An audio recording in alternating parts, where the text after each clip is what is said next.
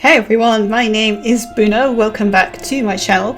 So I am doing the big DAW audio workstation comparison. We're looking at 5 audio workstations, all of which I have used, not necessarily in this order, in no particular order. We're going to be looking at Sonic Pi, Logic, Garageband, Soundtrap and Audacity, and my hand is not cooperating with me. So, this is what Soundtrap looks like. It actually looks really nice, it's really beginner friendly. One of my favourite things about Soundtrap, personally, is you go to add a new track and you go to drums and beats. This was exclusive to Soundtrap, at least as far as I'm aware, for a very long time. This is the Patterns Beatmaker function, which works just like a drum sequencer, which is actually super cool. You can see the drum kit instrument here. You can also draw in MIDI on the piano roll, but we'll talk more about that later. Yeah, you have a metronome here. You've got a record count-in set. You can set them volume and what you want the metronome sound to be. You can set the tempo here, and you can actually do that by clicking on this little marker, which is pretty cool, in case you don't know what your tempo is, but you feel what it is. And you can set your key here as well, which is pretty cool, but we're not going to be doing that because I don't really care for that sort of thing. So let's make a beat using Patterns Beatmaker. Turn the metronome back off actually. Let's start with a basic 4 on the floor. So you can see this is all done in 16th notes, or for you Brits out there, that's semi-quavers. Put some snares in, okay. And let's add in some closed hi-hats on 8s for the moment. The instant downside to this that you can see is that you can make this pretty complicated, which is nice, but you can see up on the timeline here, this is only 1 bar, and you can't make the sequence any longer than that. So this idea I have for the open hi-hat on the 1, I'd only want that on a 4-bar rhythm, if not, well, like 8, so that's kind of annoying. One of my other favourite features about Soundtrap, and I've been using this a fair bit, is that you can invite other people using this button here, and you can video call them. I haven't managed to get video call to work, but I use Safari, so that might just be a weird permissions thing. But this is otherwise a text chat, which is actually really handy for remote collaboration. I'm not aware that any other music software allows you to do this, which is super cool. The problem with remote collaboration, and this is why it's been such a pain for me trying to do a collaborative project. So say I say to DJ Diamond, can you fix this beat? I don't think it works with this synth. And DJ Diamond goes to them, fix synth, and I think, I know, I'm gonna change the song name to something cool. If I then go to hit save, and DJ Diamond does as well, if either of us go to hit save, whoever's made the project has priority. So if I made the project, then the song name will change, but we won't get any change to the beat. DJ Diamond's changes will be deleted because it won't save. The page will have to be reloaded, and then you have the option to keep your changes when the page reloads, but it actually won't do it, it still won't save. So what that means is only one person can work on any one thing at a time, and you have to say, sorry, I've got to do this particular thing, don't touch anything while I do that. Click on this button here, you get all these loops come up, which is similar to something like Logic or Garageband. Like, why can't I use the mouse scroll here? That's dumb. But you can see there are tons of these. So let's load up. We've covered quite a lot already, but you'll see we have this keyboard layout, and you can type just using your keyboard, which is really cool. So I'm going to find a synth bass, so I'm going to lower this by an octave. Anything tagged music makers, anything basically that's not tagged free, you can't use on a free account, or you can set up Soundtrack for free for the most part, and you can just use your Google sign-in, which is really handy. But this is actually really limiting because you can see there are actually tons of synths available, but you can see how many orange tags there are. Let's have a look at some effects. Now this is another thing that really annoys me about Soundtrap, because you have a decent number of effects, but you can see they're disappearing, which is interesting. But you can see for something like this stereo chorus effect, you only have the 2 dials. Even for something like overdrive or fuzz, you only have like 1 or 2 dials for the most of it, which is super annoying because it doesn't make them very customizable. I don't like this trap section on the hi-hats. Usually I'd quite like that sort of thing, but not today. And then I have to switch tools to the draw tool to put some others in instead. I'd like to filter this and take the bass out. Now, see, this is an EQ I don't particularly like. I'd much rather be able to draw the curve. So Audacity is an interesting example here because Audacity, you have an interface like this for the EQ, but you can switch to a draw curve as well. So you can use what you prefer more. This is probably just a personal preference thing for me, but I don't like this slider interface. I don't feel like it's very accurate. So let's find another synth, shall we? Okay, this kind of sounds like Depulse, interestingly. So what I'd usually do for something like this is I'll just go and like change some LFO settings or something, and you can do this on Soundtrap, but this is the same for every single synth that there is. I don't like this interface very much because there are certain things that you can't really change. So for example, the one that would be glaringly obvious to me is you can't add a glide, which actually really sucks because that's something that I really like. I'm just not liking the way this is sounding through tweaking this, so I'm just going to have to find another synth. I don't think there's an option to do what I want to do. So you can right click and like mute, copy, paste, delete, change the pitch a bit, which is pretty cool, basic transposition. But you have to go into edit, so like edit the notes, edit the name, fade in, fade out, quantize, which is kind of weird to me. So I'm just going to quantize this on 16ths, I think. Another thing that I want to bring out about Soundtrap is that I don't like how fixed this zoom is, and I really don't like this snap tool. So you can see it actually grabs samples from Freesound, which is actually great because Freesound has so much stuff on it. So I'm going to shorten this a little bit and have this in the background. Now I'm going to bring this, the reason I have brought a sample into this is because I don't like Soundtrap's audio editing. I don't like this sort of basic nature of it very much. This is something I wanted to bring up on the synths actually. If you bring up the effects, you can't then change parameters on the synth at the same time. One other thing I did want to talk about, there is automation. This is what really bugs me.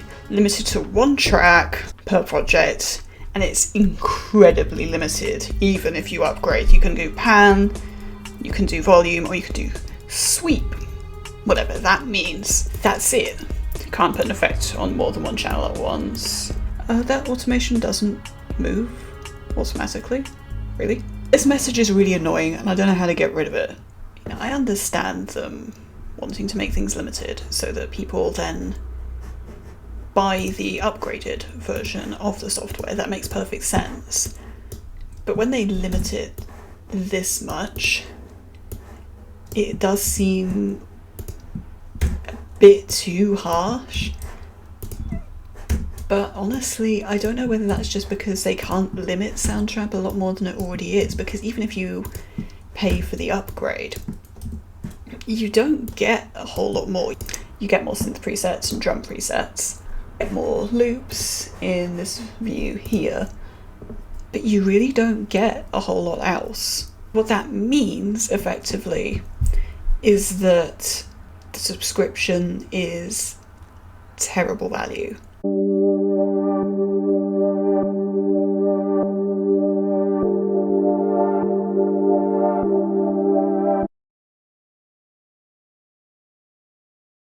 That's a lot of money to pay for something that is as limited as this is. To put it into perspective, Logic costs £200 to buy. We're going to go on to Garageband, which is the most direct comparison. You'll notice I've already got a project loaded up. I'm not making something because it's easier to just show you the functions sometimes. This isn't actually my project. This is a project that my good friend Jay Black made, and she's letting me use this for demonstrative purposes. So she's letting me use and show you the project, but she's not letting me show you what it sounds like, which is a bit of a shame. As you can see, this is actually a really pretty looking interface.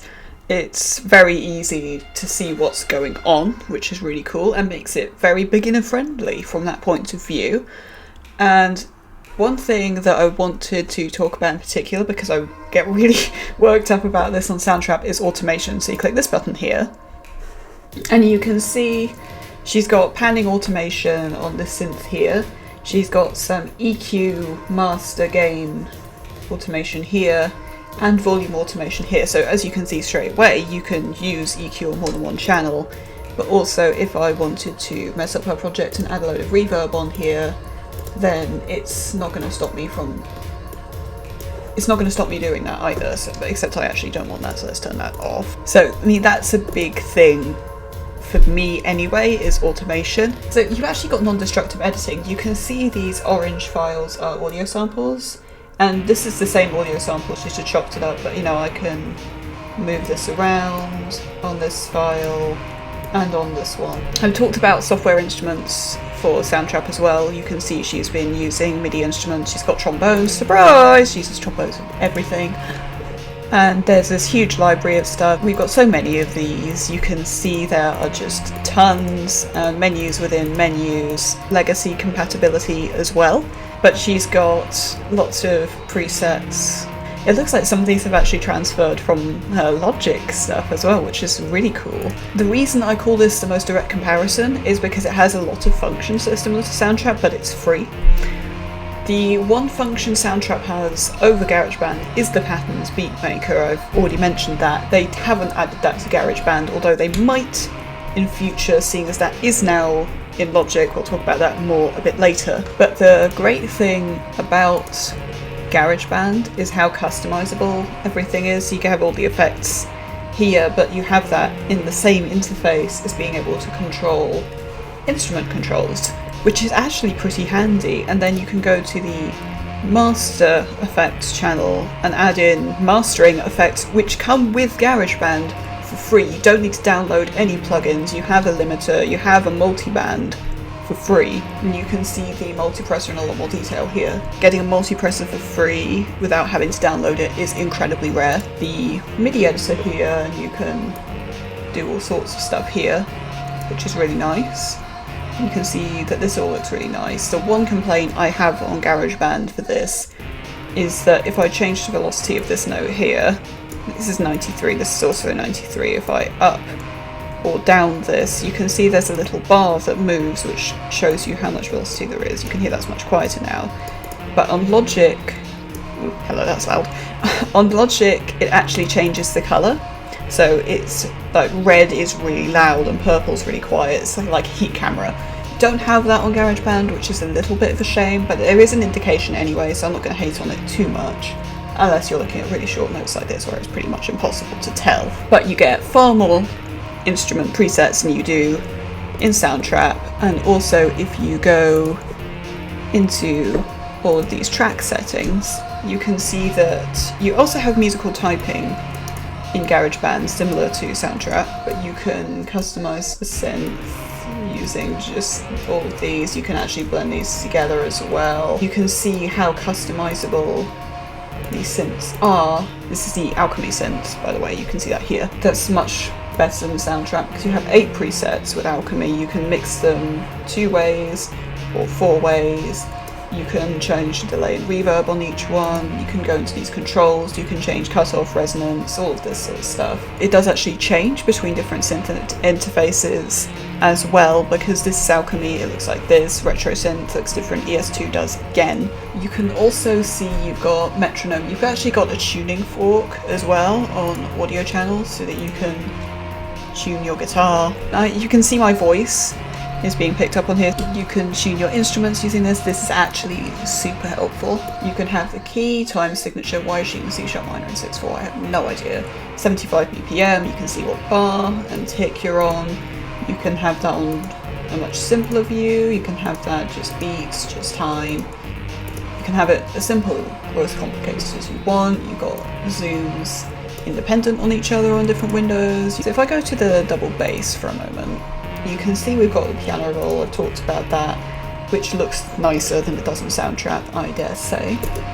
But you've also got a score editor. The limitation is you can only choose these clefs, but if you record in, it will choose different clefs. But you've also got all the loops. So you can see you've got tons and tons and tons of loops. You've actually got 15,980 loops, which is crazy.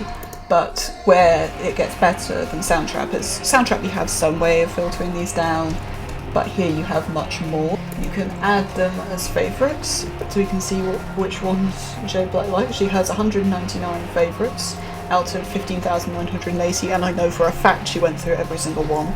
Oh, she likes rebarbs. Don't think she really uses these very much. She probably just looks at these for inspiration, but it's really interesting regardless. Ooh, Vangra. She's actually got a marker list here. Now, the reason I bring this up is this is improved somewhat in Logic, where there is full marker list. She's kind of improvised that using a notepad. It's a bit of a shame that they don't have a proper marker function in Garageband, it has to be said. She's used this. This project is a film score.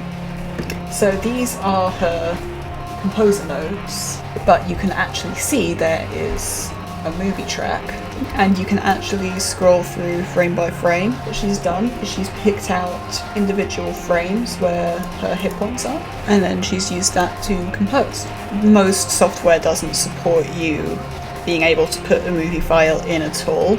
It's crazy how much you can actually do with this. Again, there is the same problem with Soundtrap, as because everything is here, it's quite difficult to have the score editor and the piano roll and all the EQ and synths and stuff open at the same time. And this is where Garageband is actually really good. So like, there are places where it's limited, so you can't have the score editor and the piano roll open at the same time, which I know annoys the hell out of Jay Black, but you can have an EQ and a piano roll and the timeline and the loop library and the movie file all open at the same time. Let me show you.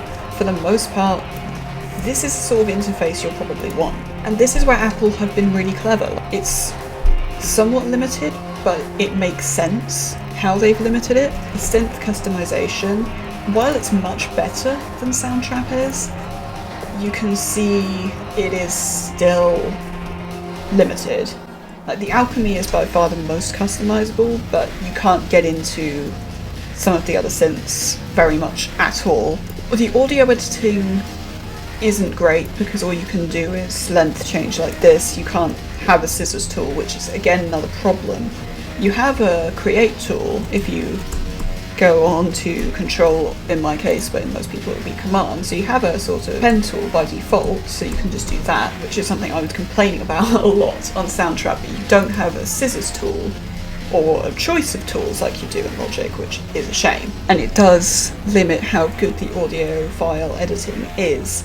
So if you're just doing stuff with instruments, you're not really interested in MIDI, I don't recommend GarageBand for that reason. The main problem with GarageBand is it is just on Mac. However, you can actually get this on your phone or on your iPad if you have them, although they're much more limited than the desktop interface. So we're not going to talk about that massively. Super open, you can do so much stuff with this.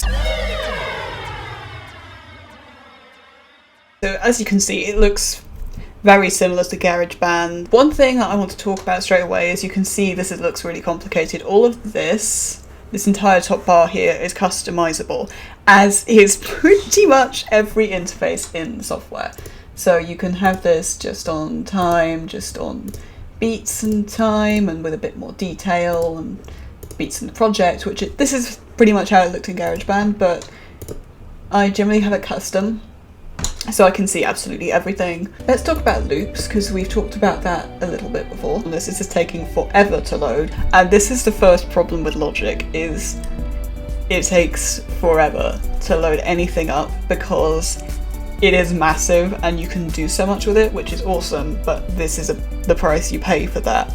The other problem with Logic, which is a complete parallel to GarageBand, is again, it's Apple only. In GarageBand, we had 15,000 loops.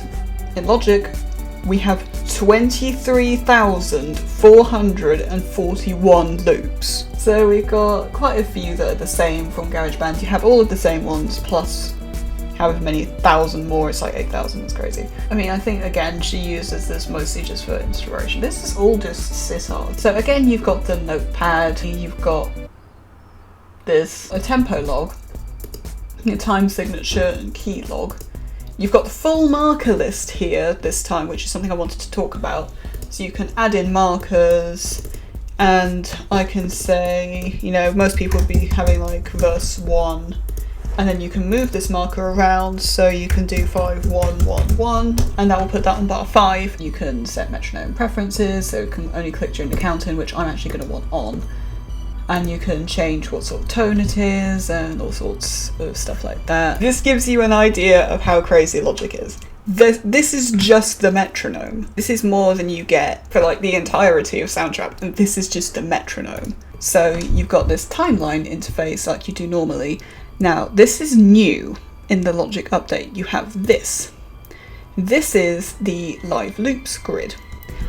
I will be entirely honest, I don't really understand how this works. I haven't taken the time to explore this yet, but from what I gather, this is quite similar to how live loops work in Sonic Pi. So theoretically, you can do fully live performances from Logic now as well. We've got all of the automation stuff, and you can turn individual automation stuff on and off this time. So if I want a volume thing to happen, if I can actually click on stuff, and then let's say I just bring up some panning, then I can do something with the panning and turn that off, but still have the volume automation on, although actually I don't want that anyway. So audio files in this are blue as opposed to orange by default in GarageBand.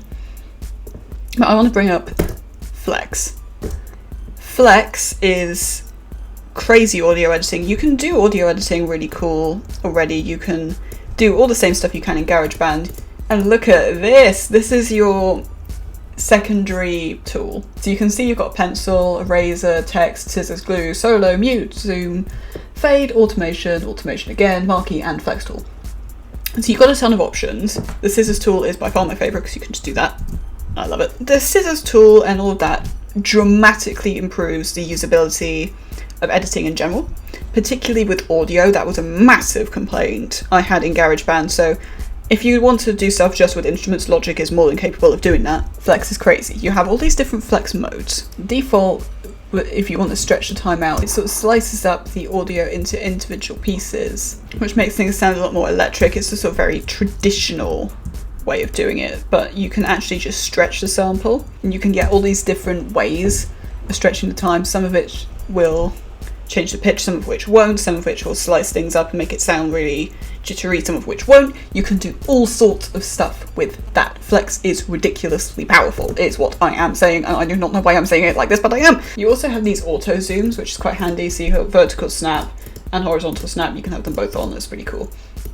Or you can just have it done custom. Another thing I wanted to talk about in particular was interfaces. You have the piano roll, you have the score editor, and you can have these open outside of this interface. You can have them in separate windows, and you can have them both open at the same time, which is really cool. I'll show you that later.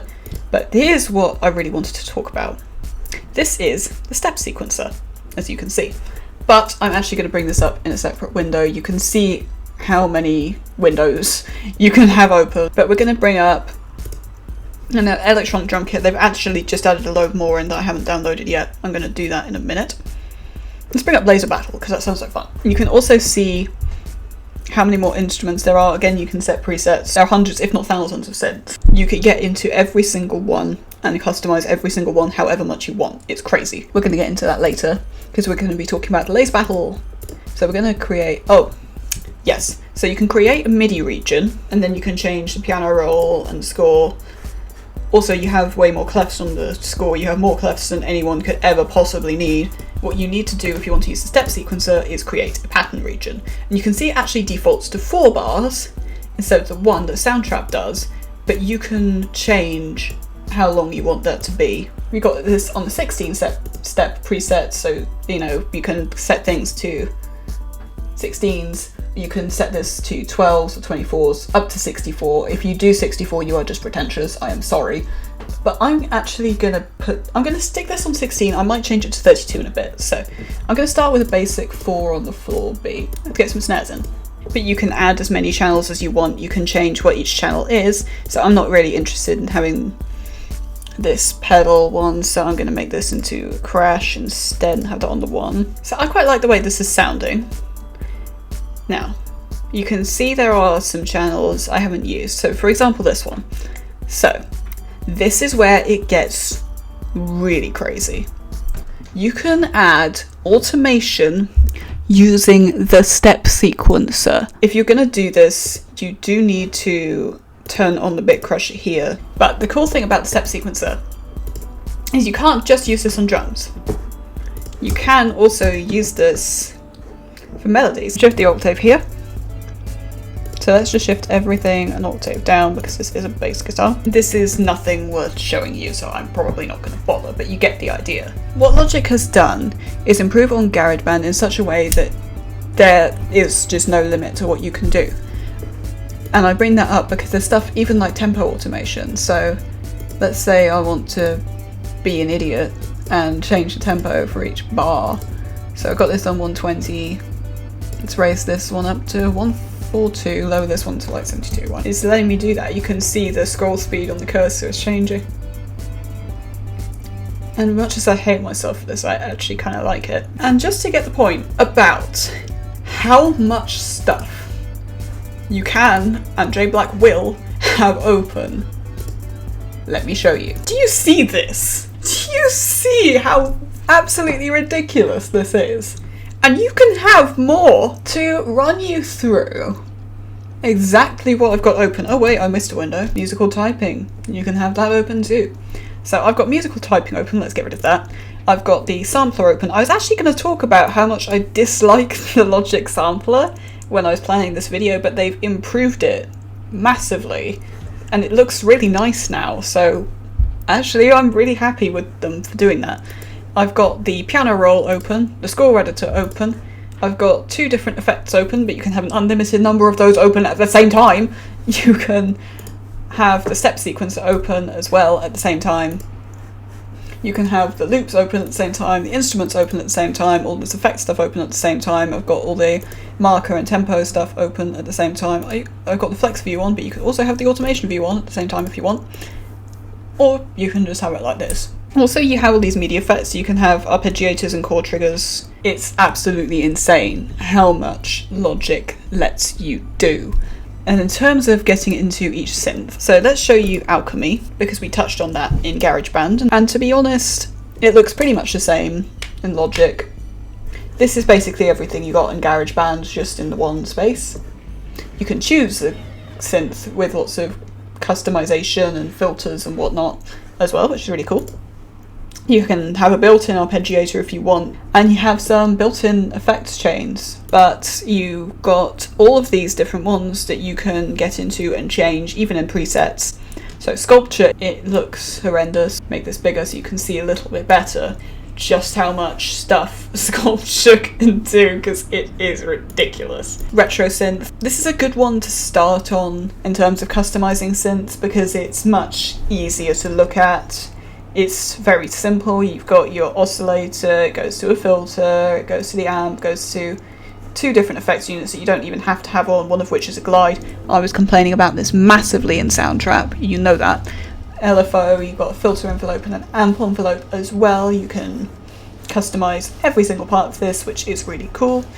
And there are so many. There's the ES2. This is the standard synth that everyone uses in Logic, because this is, again, ridiculously customizable. You've actually got 3 different waves which you can change as well, as opposed to retro synth, which has 2. But you've got drum kit designers and drum synths, as well as all these studio horns and ultra beat. And again, you have audio plugins. These are pretty much the same as in Garageband. You get mastering stuff for free. The audio editing is much better. It's just insane. You can do FILMSCORE in this as well and import movie files. Load up another one of Jay Black's projects. I'm not going to be able to show you what this sounds like or anything, but I'm going to load it up just so you get an idea of what a finished project looks like, as opposed to what I just made. So you have a more direct comparison to things like GarageBand. Oh my god. Why does she name things like this? Okay, Japanese emo piano synth pop, I need to know what that is. Okay, so I'm quickly just going to show you, for people who are interested, what a filter sweep looks like. Because it's something that is talked about in music all the time. So bring up the Logic EQ. This actually looks a little bit different to the GarageBand EQ. It's got all these grid lines, which is quite helpful. So pay attention to this pink one here.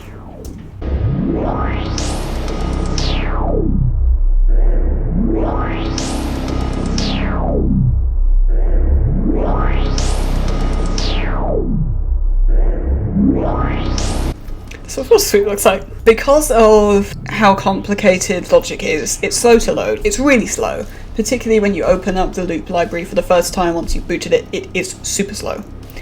And because of how complicated everything is, it is not beginner friendly.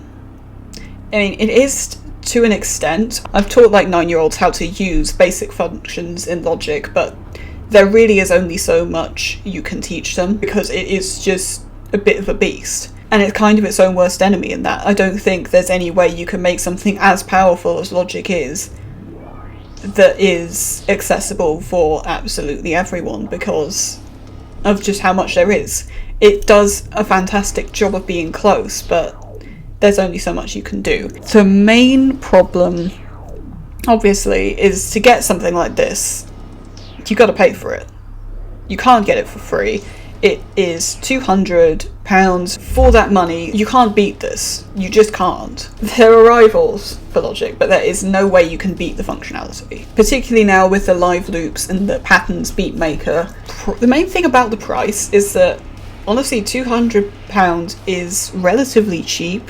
And you can download plugins for Logic. Some of those are free, some of those are not. They're not made by Apple, generally speaking. The thing with Logic is we just got a massive update to Logic for free. That's amazing. There is, particularly this is a problem with graphic design software, and this is why I use GIMP 2.10 as opposed to Adobe, as well as the fact that Adobe is crap. I'm waiting in on that. Deal with it. You don't generally get updates for free with graphic design software.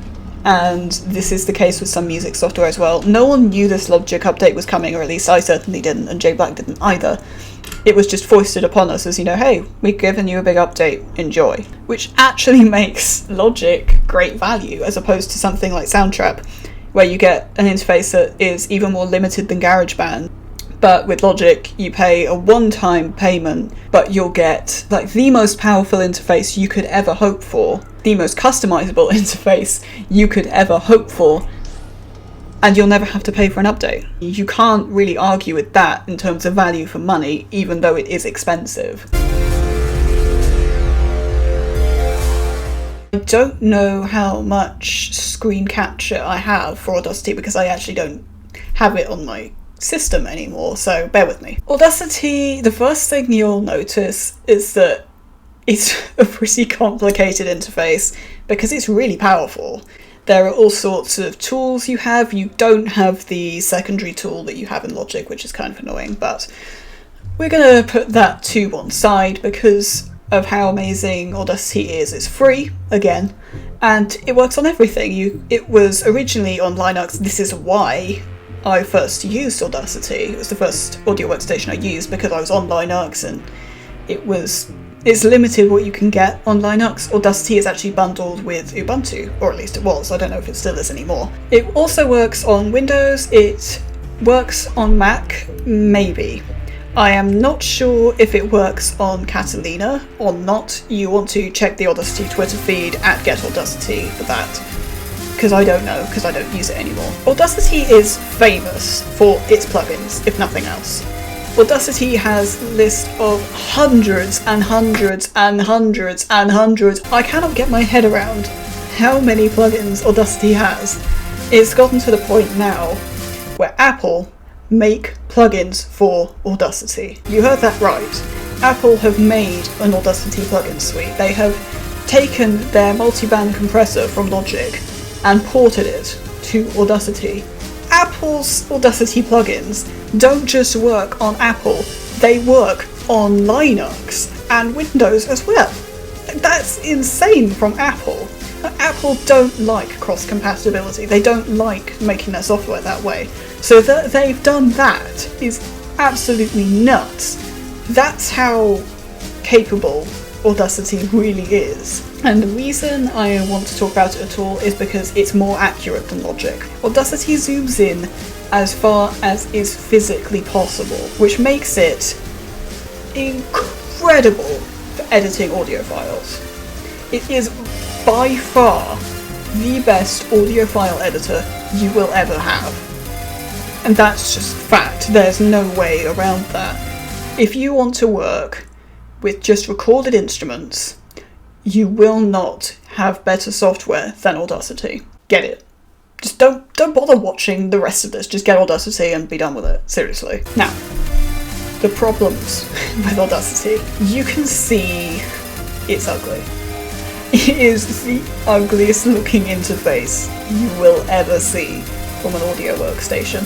And while that shouldn't matter, when there are so many alternatives that look nicer and a bit more accessible, it kind of does, unless you're on Linux and you don't have much choice. There isn't, as far as I'm aware, this might have changed, so don't quote me on this, but as far as I'm aware, there is no way to do automation, which is actually a pretty major letdown. When it comes to doing stuff with just audio files, that's probably not what people want to do quite so much, so don't let that put you off if that's what you want to do. It's not massively accessible, which is partly just because of the way the interface looks. I say that, but that's what I learned on, but once you learn it all, it's super quick, so. It's not accessible, but it is. The big problem with Audacity is the MIDI. I mean, it's a bit notorious for people who've used it. The Audacity MIDI is not good. If you're doing stuff with MIDI, just don't. To be honest, the best comparison, you won't get better audio editing than Audacity, you won't, but the closest you'll get is Logic, at least that I've used. Getting on to my personal favourite audio workstation, which is of course Sonic Pi. So as you can see, Sonic Pi actually looks really pretty when you've got something loaded up, although this is the wrong size, it's bugging me out. Give me a minute. The main thing I want to talk about is the name Sonic Pi. A lot of people don't actually know where this comes from. It was originally developed for Raspberry Pi, and it works on everything. It works on Linux, obviously it works on Raspberry Pi. I'm running it on Mac, as you can see in the corner here, but it works on Windows too. So no matter what you're using, you can get this, and it's free! One thing I do want to talk about is the documentation. And the documentation, it's got a full tutorial included, which you need. You can see how long this tutorial is. It even tells you how to interact with Minecraft Pi, installed by default on Raspbian. Got example code of stuff that Sam Aaron has made. This is another thing that's great about Sonic Pi. There are so many different ways to do things. Like, lots of people seem to code Sonic Pi with stuff that looks more like this. And you got all the synths listed, you've got all the different variables you can change within the synths. These vary. You can see Zawa has quite a lot. Supersaw doesn't have as many. So it's kind of like an ES2 versus a retro synth feel there. All the FX, you've actually got an auto tuner in Sonic Pi now. We've got ping pong delay, which is also new. I haven't done much with that yet. You've got all the samples. So you've got ambient sounds, the bass pack, sounds featuring guitars, so like guitar packs, and you've got all the different presets you can have for all those, all the sample names, and all the presets are explained. You can't get better documentation than this, it's insane. And there's all the individual commands as well. So if you can't remember how to do chords, you can go chord degree, chord invert, chord names, and this is all sorted alphabetically. It's really handy, the documentation is second to none, and it is amazing for learning Sonic Pi. That's how I learned to use it. I don't use all of this. I don't use anywhere near all of it because the way I code is much simpler. So let's get into some actual code. So let's take this starting drone. So the reason I want to talk about sampling is because I talked about Logic Sampler and how until the latest update I absolutely hated it. I've always preferred Sonic Pi sampling. You don't have to use a special interface, it's just, type sample and then do the things. It's really cool. So you can hear the sample is just, all I had to do is put it on rate at half to get this lower note, and you can get this backwards chord by speeding it up and playing it backwards. You don't need to do any fancy flex stuff, you just change the rate. It should be noted there isn't a way, at least as far as I'm aware there might be, to change sample length without affecting pitch. I don't think there's a way to do that. As you can see, this is a path to a custom sample. It comes with so many samples inbuilt as well, so you can see this is an example of just putting a sample in. You can load in your custom samples using the terminal. It's something I haven't done yet and I've been meaning to do, and I will probably talk about that at some point on this channel. But the thing with Sonic Pi is, even though it looks really confusing at first, once you actually sort of look closer, it's very human readable. So you can see I've got sample calling to this location, so I know which file exactly that is. I know what sample is. It's being panned, it's randomized pan, that's ranged random. You can see how long the loop is. It's 2 beats, in this case 2 seconds, because the default BPM is 60.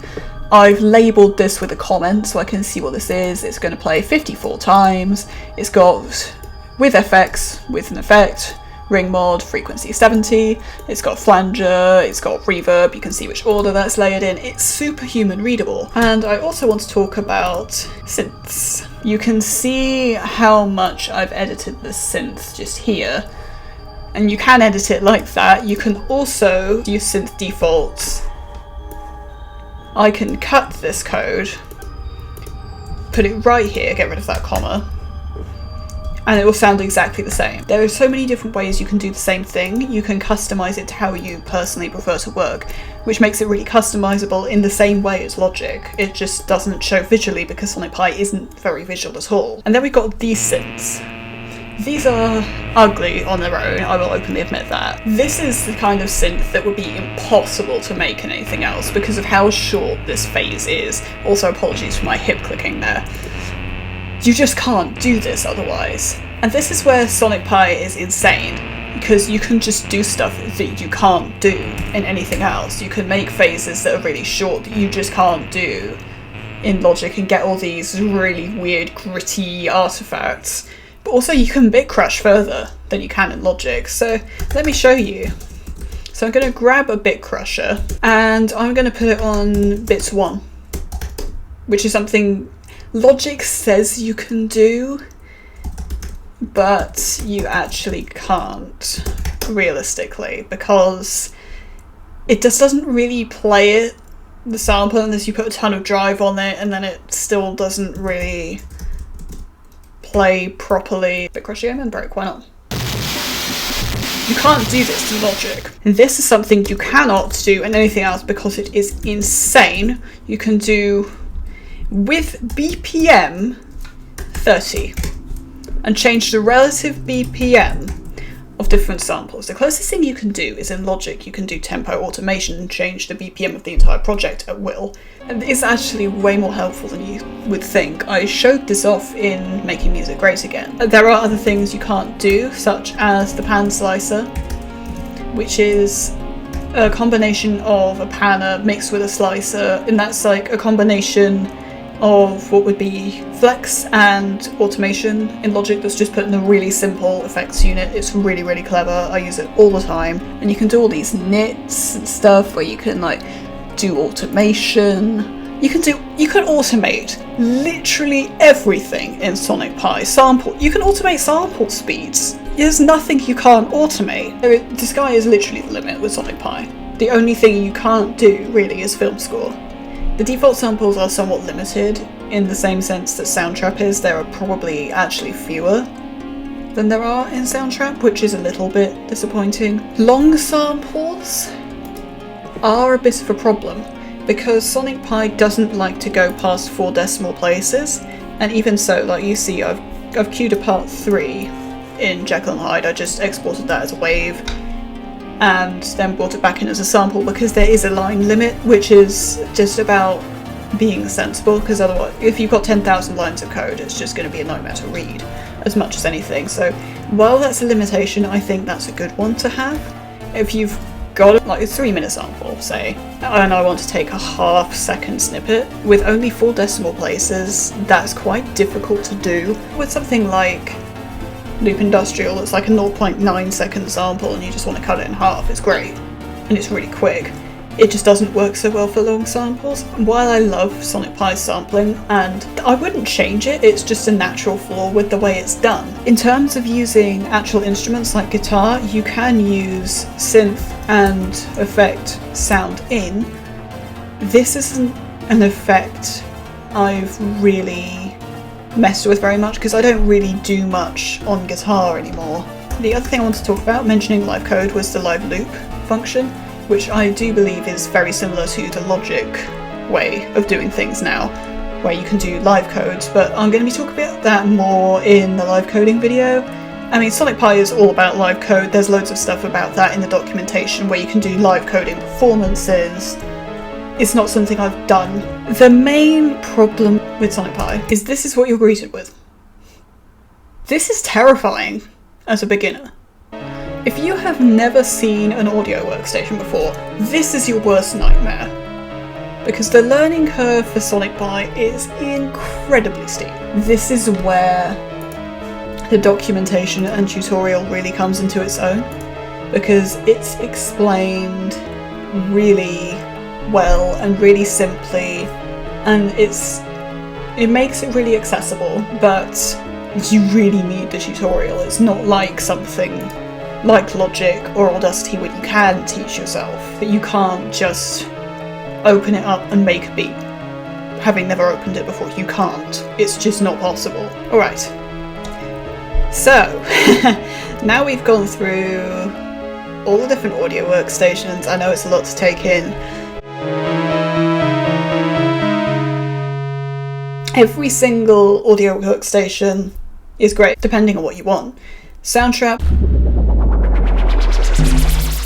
beginners / MIDI only, just don't pay for it. Garageband, MIDI only is really good. It's also really good at FILMSCORE. Logic,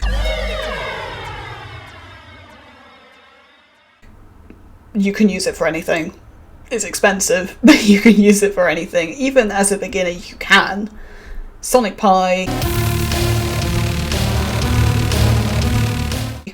its MIDI and sampling is second to none. It is super impressive what it can do. Audacity, if you just want instruments, you gotta get it, seriously.